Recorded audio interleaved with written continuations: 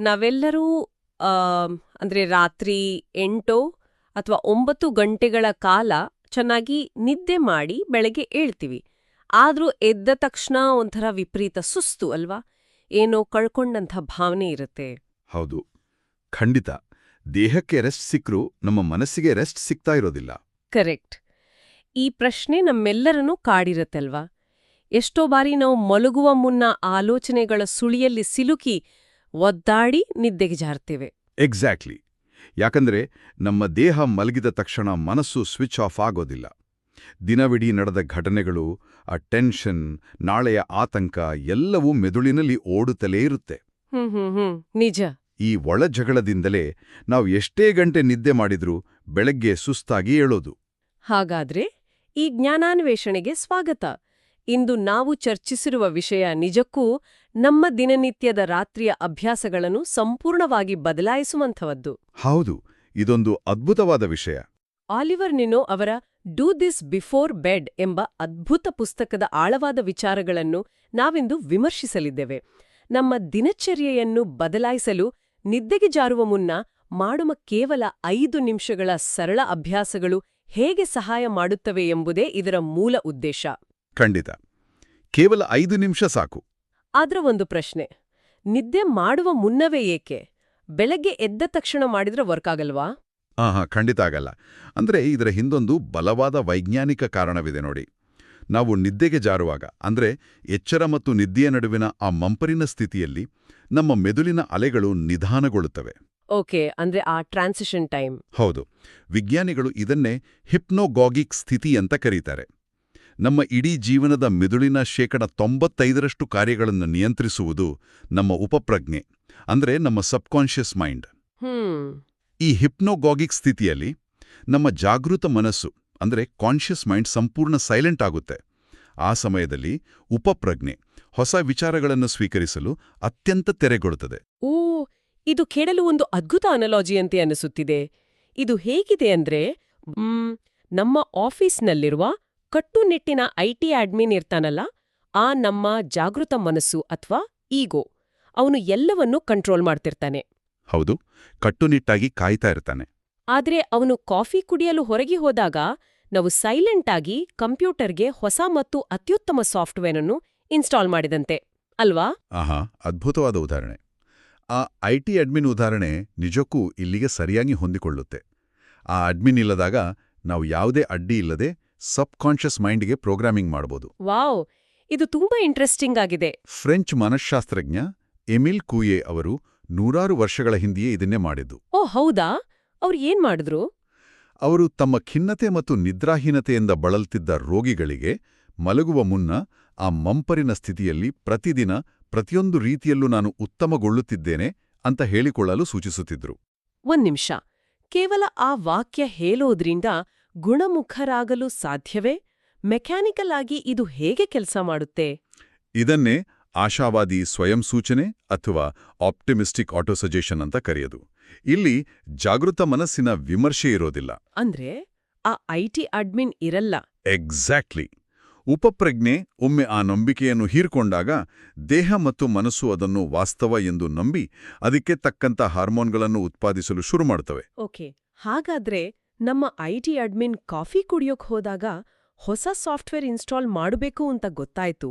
ಆದ್ರೆ ಸಿಸ್ಟಮ್ ತುಂಬಾ ಹಳೆ, ವೈರಸ್ ಟೆಂಪರರಿ ಫೈಲ್ಸ್ ತುಂಬಿಕೊಂಡಿದ್ರೆ ಹೊಸ ಸಾಫ್ಟ್ವೇರ್ ಹೇಗ್ ತಾನೇ ಕೆಲಸ ಮಾಡುತ್ತೆ? ತುಂಬಾ ಒಳ್ಳೆ ಪ್ರಶ್ನೆ. ದಿನವಿಡೀ ನಾವು ನೂರಾರು ನೆಗೆಟಿವ್ ವಿಚಾರಗಳನ್ನ, ಆಫೀಸ್ನ ಪಾಲಿಟಿಕ್ಸ್, ಟ್ರಾಫಿಕ್ನ ಕಿರಿಕಿರಿ ಎಲ್ಲವನ್ನೂ ತಲೆಗೆ ತುಂಬಿಕೊಂಡಿರ್ತೀವಿ ಅಲ್ವಾ? ಇದನ್ನ ಕ್ಲೀನ್ ಮಾಡೋದು ಹೇಗೆ? ಅದನ್ನೇ ಪುಸ್ತಕದಲ್ಲಿ ಎನರ್ಜಿ ಹೈಜೀನ್ ಅಂತ ಕರೆಯಲಾಗಿದೆ.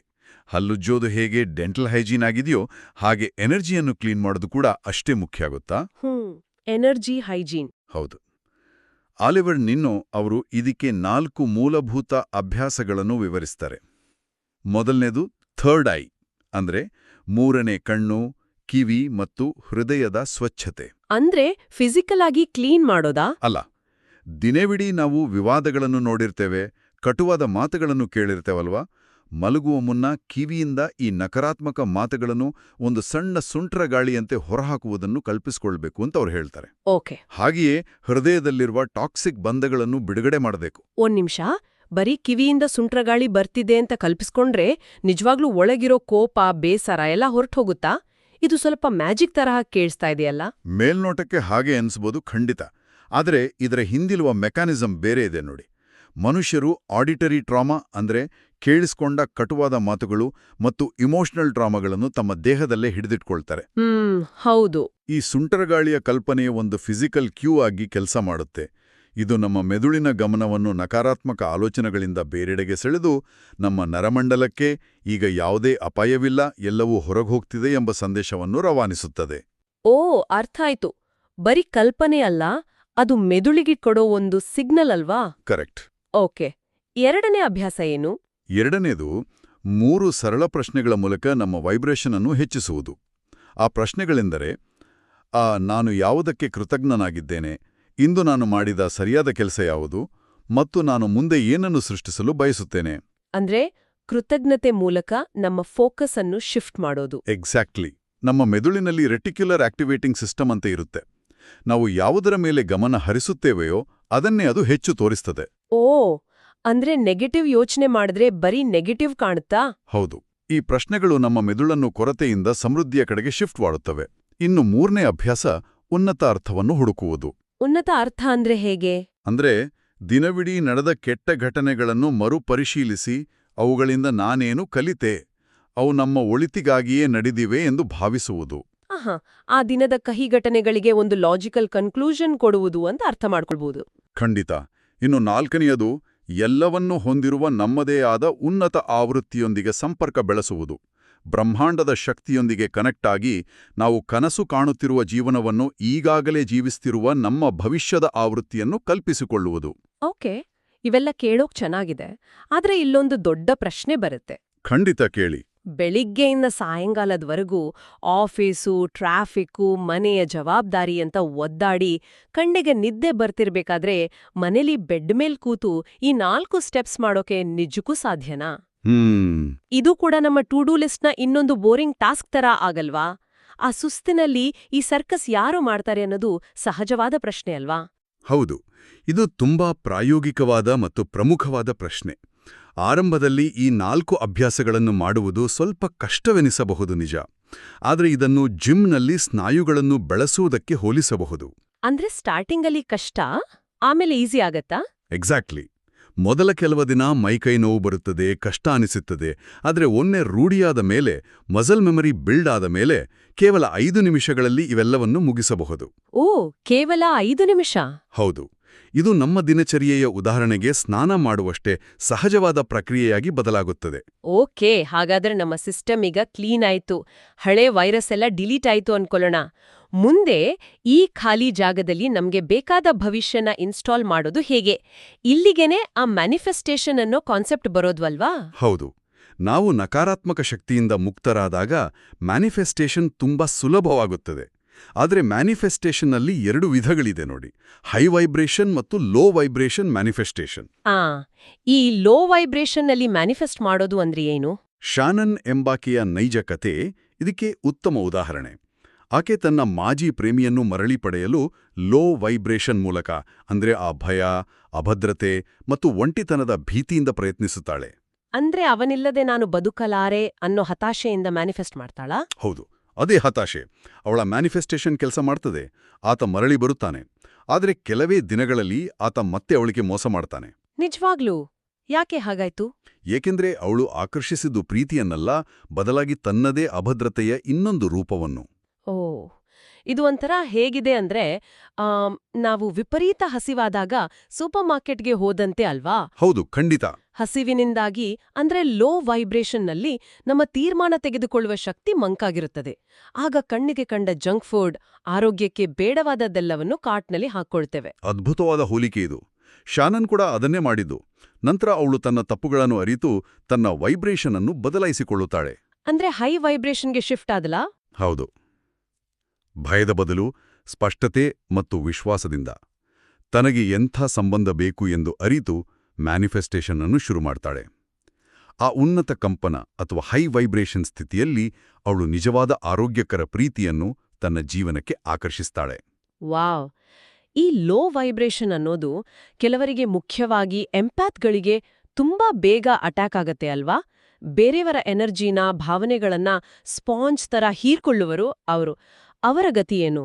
ಎಂಪ್ಯಾತ್ಗಳ ಜರ್ನಿ ನಿಜಕ್ಕೂ ಸವಾಲಿನದ್ದು. ಅವರು 3 ಹಂತಗಳನ್ನು ದಾಟಬೇಕಾಗ್ತದೆ ಅಂತ ಲೇಖಕರು ವಿವರಿಸ್ತಾರೆ. ಮೊದಲನೆಯದು ಓವರ್ವೆಲ್ಮ್ ಅಥವಾ ಗೊಂದಲದ ಸ್ಥಿತಿ. ಓವರ್ವೆಲ್ಮ್ ಅಂದ್ರೆ ತುಂಬಾ ಕನ್ಫ್ಯೂಸ್ ಆಗೋದಾ? ಇದು ಹೇಗಂದ್ರೆ, ಜನಸಂದಣಿ ಇರುವ ರೂಮ್ಗೆ ಹೋದ ತಕ್ಷಣ ಅಲ್ಲಿನ ಎಲ್ಲರ ಟೆನ್ಷನ್, ಬೇಸರವನ್ನು ತಮ್ಮದೇ ಎಂಬಂತೆ ಹೀರಿಕೊಂಡು ಹೈರಾಣ ಆಗುವುದು. ಓಹೋ, ಅದು ತುಂಬಾ ಕಷ್ಟ. ಎರಡನೇ ಹಂತ ಯಾವುದು? ಎರಡನೆಯದು ನ್ಯೂಟ್ರಾಲಿಟಿ ಅಥವಾ ತಟಸ್ಥತೆ. ಇದು ಸ್ವಲ್ಪ ಅಭ್ಯಾಸದ ನಂತರ ಬರುವ ಸ್ಥಿತಿ. ಇಲ್ಲಿ ಅವರು ದಪ್ಪ ಚರ್ಮವನ್ನು ಬೆಳೆಸ್ಕೊಳ್ತಾರೆ. ಅಂದ್ರೆ ಯಾರು ಏನೇ ಅಂದ್ರೂ ತಲೆ ಕೆಡಿಸ್ಕೊಳ್ಳಲ್ಲ ಅಂತ? ಹೌದು. ಬೇರೆಯವರ ಎನರ್ಜಿ ತಟ್ಟಿದ್ರೂ ತಲೆ ಕೆಡಿಸಿಕೊಳ್ಳದೆ ಇದು ನನ್ನದಲ್ಲ, ಅವರದ್ದು ಎಂದು ಪ್ರತ್ಯೇಕಿಸುವ ಶಕ್ತಿ ಪಡೆಯುತ್ತಾರೆ. ಇನ್ನು ಮೂರನೆಯ ಮತ್ತು ಅಂತಿಮ ಹಂತ ಎಂಪವರ್ಮೆಂಟ್ ಅಥವಾ ಸಬಲೀಕರಣ. ಈ ಸಬಲೀಕರಣದ ಹಂತದಲ್ಲಿ ಏನಾಗುತ್ತೆ?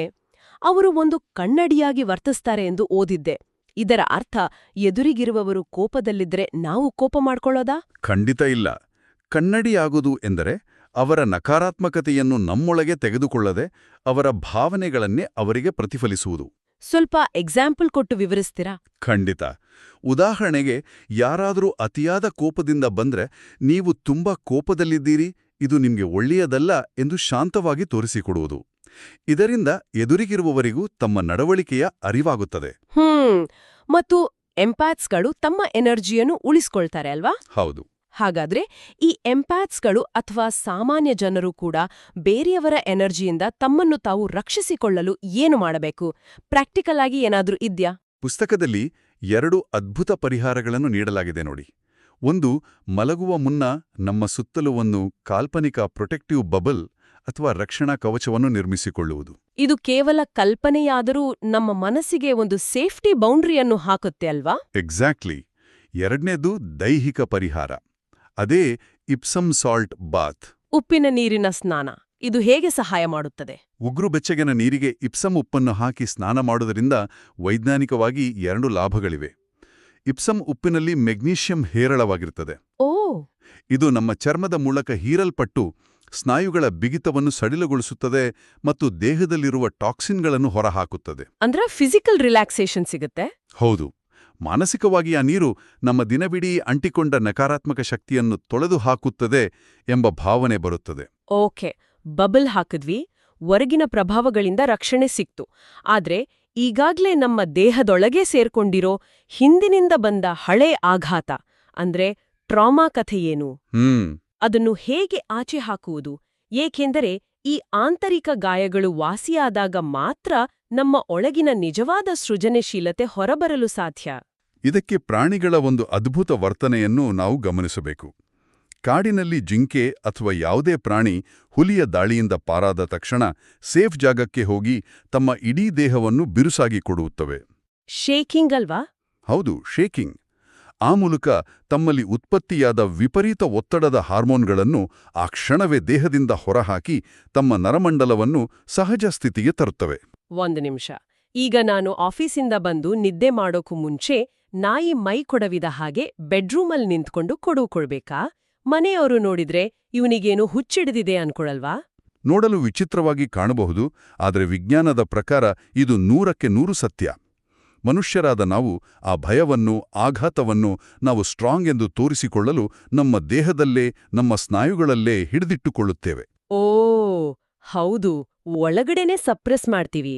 ಅದಕ್ಕಾಗಿಯೇ ಲೇಖಕರು ಸೊಮ್ಯಾಟಿಕ್ ರಿಲೀಸ್ ಬಗ್ಗೆ ಮಾತನಾಡುತ್ತಾರೆ. ಮಲಗುವ ಮುನ್ನ ನಮ್ಮ ಕೈ ಕಾಲುಗಳನ್ನು ಜೋರಾಗಿ ಕೊಡವಿ ಹಾಕುವುದು. ಹೀಗೆ ದೇಹವನ್ನು ಕೊಡುವುದರಿಂದ ದೈಹಿಕವಾಗಿ ಸಿಲುಕಿರುವ ಸ್ಟ್ರೆಸ್ ಸೈಕಲ್ ಕಂಪ್ಲೀಟ್ ಆಗಿ ನಕಾರಾತ್ಮಕ ಶಕ್ತಿ ಬಿಡುಗಡೆಯಾಗುತ್ತದೆ. Okay, ಇದೊಂದೊಳ್ಳೆ technique. ಇದರ ಜೊತೆಗೆ ಆರೋಗ್ಯ ಮತ್ತು ಚೈತನ್ಯಕ್ಕಾಗಿ ಮಾಂಟ್ಯಾಕ್ ಚಿಯಾ ಅವರ ಇನ್ನರ್ ಸ್ಮೈಲ್ ತಂತ್ರವನ್ನು ಕೂಡ ಉಲ್ಲೇಖಿಸಲಾಗಿದೆ ಅಲ್ವಾ? ಹೌದು.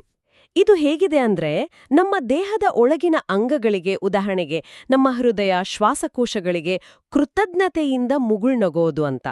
ಮತ್ತೆ ಅದೇ ಪ್ರಶ್ನೆ ಬರ್ತಿದೆ, ನನ್ನ ಲಿವರ್ ಅಥವಾ ಕಿಡ್ನಿಗೆ ನೋಡಿ ನಾನೇ ನಗೋದೆ? ಇದು ಪ್ರಾಕ್ಟಿಕಲ್ ಆಗಿ ಯೋಚಿಸಿದ್ರೆ ತುಂಬಾ ಸಿಲ್ಲಿ ಅನಿಸ್ತಲ್ವಾ? ಮೊದಲಿಗೆ ಹಾಗೆ ಅನಿಸುವುದು ಸಹಜ. ಆದರೆ ಇದು ಕೇವಲ ಮ್ಯಾಜಿಕ್ ಅಲ್ಲ ಗೊತ್ತಾ? ಇದರ ಹಿಂದೆ ನಮ್ಮ ಅನಾಟಮಿಯ ಬಲವಾದ ವಿಜ್ಞಾನವಿದೆ. ನಮ್ಮ ದೇಹದಲ್ಲಿ ವ್ಯಾಗಸ್ ನರ್ವ್ ಅಂತ ಒಂದು ಅತ್ಯಂತ ಪ್ರಮುಖವಾದ ನರ್ವ್ ಇದೆ. ವ್ಯಾಗಸ್ ನರ್ವ್. ಹೌದು. ಇದನ್ನು ನಮ್ಮ ಮೆದುಳು ಮತ್ತು ನಮ್ಮ ಹೊಟ್ಟೆಯ ಅಂಗಗಳ ನಡುವೆ ಇರುವ ಒಂದು ದೊಡ್ಡ ಹೈವೇ ಅಂತ ಕರೆಯಬಹುದು. ಓಕೆ, ಈ ಹೈವೇಗೂ ಮುಗುಳ್ನಗೋದಕ್ಕೂ ಏನ್ ಸಂಬಂಧ? ನಾವು ಹೀಗೆ ಆಂತರಿಕ ಅಂಗಗಳ ಬಗ್ಗೆ ಗಮನ ಹರಿಸಿ ಮುಗುಳ್ನಕ್ಕಾಗ ಈ ವಾಗಸ್ ನರ್ವ್ ಉತ್ತೇಜಿತಗೊಳ್ಳುತ್ತದೆ. ಇದು ನಮ್ಮ ನರಮಂಡಲವನ್ನು ಫೈಟ್ ಆರ್ ಫ್ಲೈಟ್ ಅಂದ್ರೆ ಸದಾ ಹೋರಾಡುವ ಅಥವಾ ಓಡಿ ಹೋಗುವ ಆತಂಕದ ಸ್ಥಿತಿಯಿಂದ ರೆಸ್ಟ್ ಮತ್ತು ಡೈಜೆಸ್ಟ್ ಸ್ಥಿತಿಗೆ ತಕ್ಷಣವೇ ಶಿಫ್ಟ್ ಮಾಡ್ತದೆ. ಓ, ಅಂದ್ರೆ ವಿಶ್ರಾಂತಿ ಮತ್ತು ಜೀರ್ಣಕ್ರಿಯೆ ಸ್ಥಿತಿಗೆ ತರುತ್ತೆ. ಮೆದುಳಿಗೆ ನಾನೀಗ ಸುರಕ್ಷಿತವಾಗಿದ್ದೇನೆ, ಟೆನ್ಷನ್ ಮಾಡ್ಕೊಳ್ಳೋ ಅಗತ್ಯ ಇಲ್ಲ ಅಂತ ಸಿಗ್ನಲ್ ಕಳ್ಸಿದ ಹಾಗೆ ಅಲ್ವಾ? ನಿಖರವಾಗಿ. ಯಾವಾಗ ದೇಹವು ಸಂಪೂರ್ಣ ಸುರಕ್ಷಿತವಾಗಿದೆ ಎಂಬ ಭಾವನೆ ಬರುತ್ತದೆಯೋ ಆಗ ನಮಗೆ ಅರಿವಿಲ್ಲದಂತೆ ನಮ್ಮ ಸೃಜನಶೀಲತೆ ಉತ್ತುಂಗಕ್ಕೇರುತ್ತದೆ. ವಾವ್! ನಾವೊಂದು ಫ್ಲೋ ಸ್ಥಿತಿಗೆ ತಲುಪುತ್ತೇವೆ. ಎನರ್ಜೆಟಿಕ್ ಡೌನ್ಲೋಡ್ಸ್ ಅಂದರೆ ಮಿಂಚಿನಂತಹ ಹೊಸ ಕಲ್ಪನೆಗಳು, ಐಡಿಯಾಗಳು ತಲೆಯಲ್ಲಿ ಮೂಡಲು ಈ ಸ್ಥಿತಿಯೇ ಕಾರಣ. ಇದು ನಿಜಕ್ಕೂ ಅದ್ಭುತ. ಇಷ್ಟೆಲ್ಲ ಸರ್ಕಸ್ ಮಾಡ್ತಿರೋದು ಯಾಕೆ ಅಂತ ಯೋಚಿಸಿದ್ರೆ, ಆ ಎನರ್ಜಿ ಕ್ಲೀನ್ ಮಾಡೋದು, ಮ್ಯಾನಿಫೆಸ್ಟ್ ಮಾಡೋದು, ಟ್ರಾಮಾ ಹೀಲಿಂಗ್ ಮಾಡೋದು, ಅಂತಿಮವಾಗಿ ನಾವೆಲ್ಲರೂ ಹುಡುಕ್ತಿರೋದು ನಿಜವಾದ ನೆಮ್ಮದಿ ಮತ್ತು ಸಂತೋಷವನ್ನ ತಾನೇ? ಖಂಡಿತ. ಆದರೆ ಸಂತೋಷವನ್ನು ನಾವು ಎಲ್ಲಿ ಹುಡುಕುತ್ತಿದ್ದೇವೆ ಅನ್ನೋದು ಮುಖ್ಯ. ಇಲ್ಲಿ ಅಮೇಲಿಯಾ ಎನ್ನುವ ಮಹಿಳೆಯ ಕಥೆಯನ್ನು ನಾವು ಸ್ಮರಿಸಬೇಕು. ಅಮೇಲಿಯಾ ಕಥೆ ಏನು? ಅವಳು ಸಮಾಜ ಸೇವೆಯಲ್ಲಿ ತೊಡಗಿಸ್ಕೊಂಡಿದ್ಲು. ಅವಳ ನಂಬಿಕೆ ಏನಿತ್ತು ಅಂದ್ರೆ, ನಾನು ಬೇರೆಯವರಿಗೆ ಸಹಾಯ ಮಾಡಿದರೆ ಮಾತ್ರ ನನಗೆ ಸಂತೋಷ ಸಿಗ್ತದೆ ಅನ್ನೋದು. ಆದರೆ ಅದೇ ಅವಳಿಗೆ ವಿಪರೀತ ಒತ್ತಡ ತರುತ್ತಿತ್ತು. ತಾನು ಯಾವತ್ತೂ ಸಾಕಷ್ಟು ಮಾಡುತ್ತಿಲ್ಲ, ಇನ್ನೂ ಏನೋ ಮಾಡಬೇಕು ಎಂಬ ಅಪರಾಧಿ ಪ್ರಜ್ಞೆ ಅವಳನ್ನು ಕಾಡುತ್ತಿತ್ತು. ಅಂದ್ರೆ ಅವಳು ಬರೀ ಹ್ಯೂಮನ್ ಡೂಯಿಂಗ್ ಆಗಿದ್ರಲೇ ಹೊರತು ಹ್ಯೂಮನ್ ಬೀಯಿಂಗ್ ಆಗಿರ್ಲಿಲ್ಲ. ಯಾವಾಗ್ಲೂ ಏನಾದ್ರೂ ಸಾಧನೆ ಮಾಡ್ತಲೇ ಇರಬೇಕು, ಆಗಲೇ ತಾನು ಯೋಗ್ಯಳು ಎಂಬ ಕಂಡೀಷನಲ್ ಭಾವನೆ ಅವಳದಾಗಿತ್ತು ಅಲ್ವಾ? ಎಕ್ಸಾಕ್ಟ್ಲಿ. ಲೇಖಕರು ವಿವರಿಸಿದಂತೆ ಸಂತೋಷಕ್ಕೆ ಯಾವುದೇ ಕಟ್ಟುನಿಟ್ಟಿನ ನಿಯಮಗಳಿಲ್ಲ. ನಾನು ಪ್ರಮೋಷನ್ ತಗೊಂಡ್ರೆ ಮಾತ್ರ ಸಂತೋಷ, ನಾನು ಮನೆ ಕಟ್ಟಿದ್ರೆ ಮಾತ್ರ ನೆಮ್ಮದಿ ಎಂಬುದು ನಮ್ಮ ಕಲ್ಪನೆ ಮಾತ್ರ. ಹೌದು, ಖಂಡಿತ. ಸಂತೋಷ ಅನ್ನೋದು ಸಾಧನೆಯಲ್ಲ, ಅದೊಂದು ಆಂತರಿಕ ಭಾವನೆ. ಅಮೇಲಿಯಾ ಈ ಸತ್ಯವನ್ನು ಅರಿತುಕೊಂಡಾಗ ಅವಳು ಕೇವಲ ಕ್ಯಾನ್ವಸ್ ಮೇಲೆ ಚಿತ್ರ ಬಿಡಿಸುವ ಮೂಲಕ ಅಥವಾ ತನ್ನ ಉದ್ಯಾನವನದಲ್ಲಿ ಪ್ರಶಾಂತವಾಗಿ ಕೂರುವ ಮೂಲಕವೂ ಅದೇ ನೆಮ್ಮದಿಯನ್ನು ಕಾಣಲು ಶುರು ಮಾಡಿದಳು. ಹಾಗಾದರೆ ಈ ಸಂಪೂರ್ಣ ವಿಮರ್ಶೆಯಿಂದ ನಾವು ಕಲಿಯಬಹುದಾದ ಅತಿ ದೊಡ್ಡ ಪಾಠವನ್ನು ಒಂದು ಅಂತಿಮ ಪ್ರೋತ್ಸಾಹನಾತ್ಮಕ ಯೋಚನೆಯ ಮೂಲಕ ಮುಕ್ತಾಯ ಮಾಡೋಣ? ಖಂಡಿತ, ಹೇಳಿ. ನಾವು ಪ್ರತಿದಿನ ನಾಳೆ ಏನೇನ್ ಮಾಡ್ಬೇಕು ಅಂತ ದೊಡ್ಡ ಟೂ ಡೂ ಲಿಸ್ಟ್ ಬರಿತೇವಲ್ದ? ಹೌದು, ಅದು ನಮ್ಮೆಲ್ಲರ ಪ್ರೊಡಕ್ಟಿವಿಟಿ ಟ್ರಿಕ್. ಆದ್ರೆ ಈ ಪುಸ್ತಕದಲ್ಲಿ ಹೇಳುವ ಅತಿದೊಡ್ಡ ಟ್ವಿಸ್ಟ್ ಅಂದ್ರೆ ಮಲಗುವ ಮುನ್ನ ಒಂದು ನಾಟ್ ಟು ಡೂ ಲಿಸ್ಟ್ ಮಾಡುವುದು, ಅಂದ್ರೆ ಮಾಡಬಾರ್ದ ಕೆಲಸಗಳ ಪಟ್ಟಿ. ಇದು ನಿಜಕ್ಕೂ ಪವರ್ಫುಲ್ ಆದ ಆಲೋಚನೆ. ಹೌದು, ನಮ್ಮ ಶಕ್ತಿಯನ್ನು ಹೀರುವ ನಮಗೆ ಬೇಡವಾದ ಯಾವ ಅಭ್ಯಾಸಗಳನ್ನು ನಾಳೆಯಿಂದ ಬಿಡಬೇಕು ಎಂದು ಬರೆದಿಡುವುದು. ಉದಾಹರಣೆಗೆ, ನಾಳೆ ನಾನು ಆಫೀಸ್ನಲ್ಲಿ ಬೇರೆಯವರ ಬಗ್ಗೆ ಗಾಸಿಪ್ ಮಾಡೋದಿಲ್ಲ, ಅಥವಾ ಮಲಗುವ ಮುನ್ನ 1 ಗಂಟೆ ಮೊಬೈಲ್ ನೋಡೋದಿಲ್ಲ, ಇಲ್ಲವೇ ನನ್ನ ಕೈಲಾಗದ ಕೆಲಸಕ್ಕೆ ಯಾರ್ದೋ ಮುಲಾಜಿಗೋಸ್ಕರ ಹೌದು ಅಂತ ಒಪ್ಕೊಳ್ಳೋದಿಲ್ಲ. ಈ ನಾಟ್ ಟು ಡೂ ಲಿಸ್ಟು ನಮ್ಮ ಜೀವನದಲ್ಲಿ ನಮಗೆ ಒಂದು ಶಿಸ್ತನ್ನು ಮತ್ತು ಬೌಂಡ್ರಿಯನ್ನು ತರುತ್ತದೆ. ನಮಗೆ ಯಾವುದಕ್ಕೆ ಹೌದು ಎಂದು ಹೇಳಬೇಕೋ ಅದಕ್ಕೆ ಪೂರಕವಾಗಿ ನಮಗೆ ಬೇಡವಾದ್ದಕ್ಕೆ ಇಲ್ಲ ಎಂದು ಹೇಳುವ ಧೈರ್ಯವನ್ನು ಈ ಪಟ್ಟಿ ಕೊಡ್ತದೆ. ಕರೆಕ್ಟ್. ಬೇಡವಾದ್ದನ್ನು ಬಿಟ್ಟಾಗಲೇ ಬೇಕಾದ ಭವಿಷ್ಯವನ್ನು ಸೃಷ್ಟಿಸಲು ನಮ್ಮೊಳಗೆ ಜಾಗ ನಿರ್ಮಾಣವಾಗುವುದು ಅಲ್ವಾ? ಆಹಾ, ಅದ್ಭುತ. ನಾವು ಆರಂಭದಲ್ಲಿ ಮಾತನಾಡಿದ ಆ IT ಅಡ್ಮಿನ್ ಉದಾಹರಣೆ ನೆನ್ಪಿದ್ಯಾ? ನಮ್ಮ ಜಾಗೃತ ಮನಸ್ಸು ಎಷ್ಟೇ ಕಂಟ್ರೋಲ್ ಮಾಡಕ್ಕೆ ಟ್ರೈ ಮಾಡಿದ್ರೂ ನಮ್ಮ ಉಪಪ್ರಜ್ಞೆಯಲ್ಲೇ ಅಸಲಿ ಪವರ್ ಇರೋದು. ಖಂಡಿತ. ಮಲಗುವ ಮುನ್ನ ಕೇವಲ ಆ 5 ನಿಮಿಷಗಳಲ್ಲಿ ನಾವು ಮಾಡುವ ಎನರ್ಜಿ ಕ್ಲೀನಿಂಗ್ ಆ IT ಅಡ್ಮಿನ್ ಇಲ್ಲದಾಗ ಮಾಡುವ ಹೊಸ ಪ್ರೋಗ್ರಾಮಿಂಗ್ನಂತೆ ನಮ್ಮ ಇಡೀ ಸಿಸ್ಟಮ್ ಅನ್ನು ರೀಸೆಟ್ ಮಾಡ್ತದೆ. ಹೌದು. ಈ ಚಿಕ್ಕ ಅಭ್ಯಾಸಗಳು ನಮ್ಮ ಆಂತರಿಕ ಜಗತ್ತನ್ನು ಕ್ಲೀನ್ ಮಾಡಿ ನಮ್ಮ ನಿಜವಾದ ಸಾಮರ್ಥ್ಯವನ್ನು ಜಾಗೃತಗೊಳಿಸುತ್ತವೆ. ಈ ಜ್ಞಾನಾನ್ವೇಷಣೆಯಿಂದ ಪಡೆದ ಈ ಅದ್ಭುತ ವಿಚಾರವನ್ನು ಕೇಳುಗರೆಲ್ಲರೂ ಇನ್ನು ರಾತ್ರಿಯಿಂದಲೇ ತಮ್ಮ ಜೀವನದಲ್ಲಿ ಅನ್ವಯಿಸಲು ಪ್ರಯತ್ನಿಸ್ತಾರಾ ಅಂತ ನಂಬುತ್ತಾ ಈ ಸಂಚಿಕೆಯನ್ನು ಮುಗಿಸೋಣ. ಖಂಡಿತ. ಎಲ್ಲರಿಗೂ ಇದು ಉಪಯುಕ್ತವಾಗಲಿ. ಶುಭರಾತ್ರಿ.